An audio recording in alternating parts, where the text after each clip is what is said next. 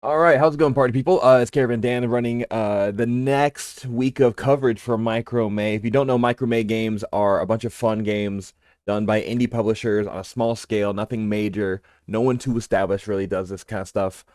It's really just celebrating small box games. I think the limit is like basically under 100 cards, smaller games. You're not looking at the next Galactic Cruise. You're not doing a Drama's Edge. This is really the smallest content type of games. And this is our microme calendar that we created for all the people who are doing microme. They can self-submit their projects on here to be featured. And I'm gonna go through some of them. If you like what we do, go ahead and subscribe, like the video, and comment which one of these games you're most excited for, and which one you're actually gonna look into if you're interested. You can find it by going to gamingcaravan.com and then going to the crowdfunding calendar under upcoming games, or go to the link of this video and click on that right there. So let's get started. We have currently a few games to cover. Let's do it's Long Cats. We have Turn Turtle, a game of flips, Cat Spotting, Coder IO, which I'm actually personally interested in, Baby Party, and One Card Maze Season 3. If you haven't yet, go ahead and follow Sockpile, a simultaneous card game. I would really like to hit 200 followers before the project hits, and we just jumped up a little bit. We went to 188, which is fantastic. Thank you for getting us there. We just jumped up about like 7 or 8 today, which is fantastic. Let's get to 200, which will be in the link in the description and in the comment section if you want to go ahead and follow the Stockpile game that's launching on May 25th. But until then, let's go ahead and get started and looking at these games that have launched. We have Turn Turtle, a game of tactical flip, but it looks like I'm going to skip this one because it has not launched yet. I don't know if it will yet. I'll go ahead and make a note, take this off the calendar because they have not launched yet. We have Cat Spotting. Cat Spotting, I did pledge $1 Australian. We try to back a dollar for all these campaigns. We're backing $1 for all these people who are also doing $1 backing, just to support each other and just to get the name out there, because it just looks nice to have like more backers up in there, and it helps them a little bit financially. And I have more time than money at this point, ladies and gentlemen. So Cat Spotting, if you don't know, is a game where apparently you're trying to find certain cats on certain cards. I don't know anything about it. Let's go ahead and look at the Kickstarter. We have art by Vivin Cart and the games by Totem. I wish this wasn't a GIF personally, but that's just me. Player count 2. It's 10 minutes or 2 or more, so anything above 2. Compete to spot cats. Series of micro games about searching and finding cats. Each game will test your ability to spot cats for your opponents.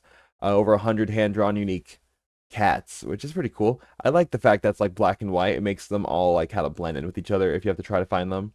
He's already had coverage from a lot of different people. 1, 2, 3, 4, 5, 6, 7, 8, 9, 10. 10's a good number to have for your Kickstarter launches, which is fantastic. It doesn't look too expensive. You look at the game, it is $20, which isn't too bad. And you have P&P at 5, at least USD. And you got some retail stuff in there. You got an earlier bird special if you want to get a little bit cheaper, which in this case was 10% cheaper, which isn't that bad at all. How to play. I wish they had a how to play section right here. How to play. The cat will only be on one of the 3 crowd cards. All right. One of these 3 crowd cards. Yeah, that's what it is. Awesome. Can you spot the proud cat? This cat is on one of those 3 cards. It's pretty cool. I would do that right now. I'm actually intrigued. Over 100 hand-drawn cards. Okay, so I keep on seeing the same thing like 4 times. All these cats in a box on those forest tarot cards. Early bird. I guess it's the game. You just have to try to find it first, which is nice. I feel like it's gonna be difficult to replay because once you do this a few times, you are gonna know where they are. I mean, you're gonna change up a little bit, but I feel like it's gonna be pretty. Not gonna play it too often, but 100 does give you a lot of chances. I wish they went into a little bit more about how to play because I'm still kind of confused when I'm just searching through. Stretch goals: $1,000 print run funded, 5,000 more cast in the box, 7,500. Battle Royale game mode. That's what I'm interested in. That's pretty cool. 10,000 linen finish. Shipping estimates not that bad. $6 to $10 sounds about right. June, July, August, September, December. So December into January it should all be done. I wish they just said like September instead of August, September, because like if you're gonna say that, I'm already expecting September. And like here, just say January, personally. And I like that they have a lot of stuff in here. It looks cute. They're based off real cats, which is pretty. Sorry if you hear a weird noise. That's my dog Luna, and I don't know if she hates or loves this other dog. Sorry about that. So yeah, I like this game as a print play game. The print play pricing isn't that bad. I just don't do anything above like $5 personally, which is about $5. But like I try to keep it under like under the $5 limit whenever possible. And I have a million games backed up on. All right, so next we have Kodo IO, which I was very interested in. Like a game that helps people get into coding a little bit. But I don't know if it's a kid's game or not. Strategic racing board game for the whole family. Become an expedition leader and guide your robot through maze-like games. I'm assuming it's a programming game personally.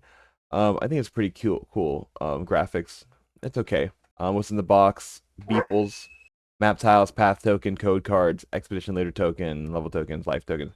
I like the pixel art, a little bit generic. But you can't go wrong with the red heart, black outline. Let's see. You got a gameplay trailer, build a map, place code cards. Okay, that's pretty cool. At least like the maps are generative. Yeah, it looks cool. How much is it? $50 is a lot of money right now. Oh, goodness gracious. That is a high price point. Kind of a high price point. Interesting. I wonder if it justifies it. A couple people, some kids, not bad. It does look like a little bit like a kids game. For a kids game, this is $50 for kids game. That's kind of expensive. But go check it out yourself if you are interested in it. We got Baby Party. Baby Party, I know the creator. He's a pretty cool guy. I'm Craig. Craig's a cool guy. And he actually did. I'm like, people are really hyped about the song. He made it. Apparently has an EDM pass, and he did the song himself. Just a drop of a hat, basically. Made this with some of his friends.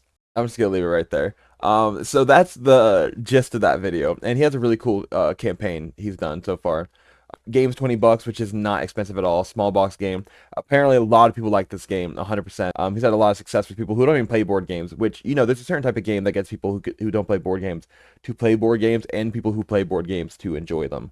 And this game is actually fulfilling, just like me, he's fulfilling the actual physical copy of the game from his own house. But instead of 3D printing it, he has some custom-made boxes he actually got shipped in, and then he's actually like piecemealing a lot of it to put it all together into one thing. He's done a great job with this. I'm excited to see how he gets there, and he's at almost $1,000. He hit his goal, which is fantastic, with 50 backers, and I love looking at the money math for that kind of stuff. So 983 divided by 49. He has an average of $20 a back, and of course I backed for that $1 pledge because I feel like I have to. He's a cool guy, and it's a cool project. Next up, and this is the guy that's been running Micro May with everyone. Named Simon Joy. He's done a great job with his last two projects. One card maze is a very interesting thing, and a lot of us are doing promo cards with him. He has, I think, 10 promo cards between all of us. It was a project we love. He's had a lot of success with this. Already at $14,000. He launched it this morning at 9 a.m. It's only 2 p.m., 2:23 p.m. specifically right now. So it's a great game. It's a great thing, and this time he's not even doing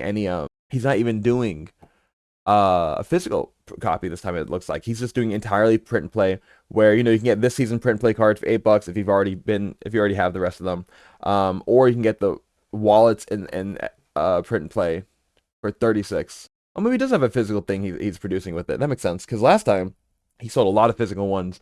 That was interesting if he wasn't doing it, but it looks like he may be actually doing some physical stuff. One card maze, everything for $80, which is not bad.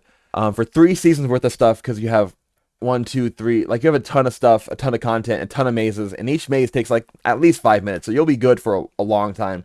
And these aren't games you sit down and you just do them all. These are games like you kind of show people. Maybe you guys do them within each other and see who gets the best high score, or you just rotate cards out, or you just do it yourself in a line when you're waiting, or up an elevator, or like at doctor's appointment, just to not be off your phone. I'm so pro things that just get you off the phone. This is a great I think it's a great time. It's a fun game. That's why I actually have a promo card within this. And now he's doing a multi-maze card set. So basically one card will take you to another maze, which will take you to another card, and you can go around to find the exit, which I think is very cool and very fun. Almost like a choose-your-own adventure situation, but it's very puzzly. And then he added like a boss set, so you actually have to like hit the boss with certain rotations of how you enter and exit the dungeon, which I think is very interesting.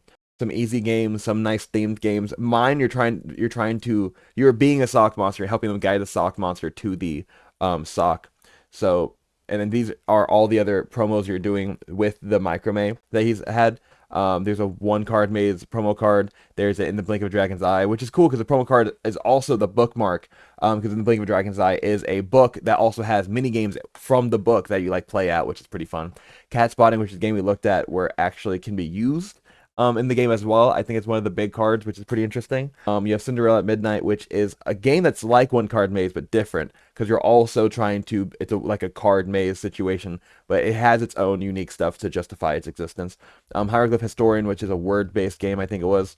And this is pretty cool. How it's like, this is the only, oh no, this is like one that actually looks and feels like a real maze. It makes sense because of like the period piece of Hieroglyph Historian, which is like a word-based one, I believe.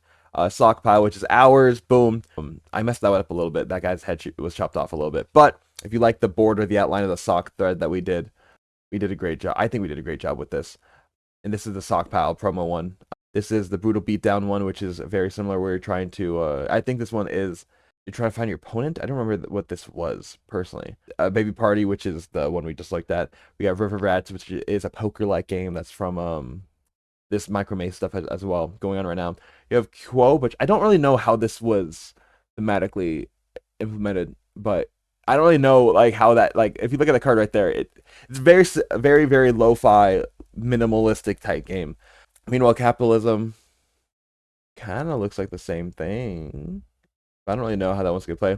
Then you have Renaissance and Right, which I think did I back that one with the right pledge? I don't know if I did because sometimes I do. I don't look back.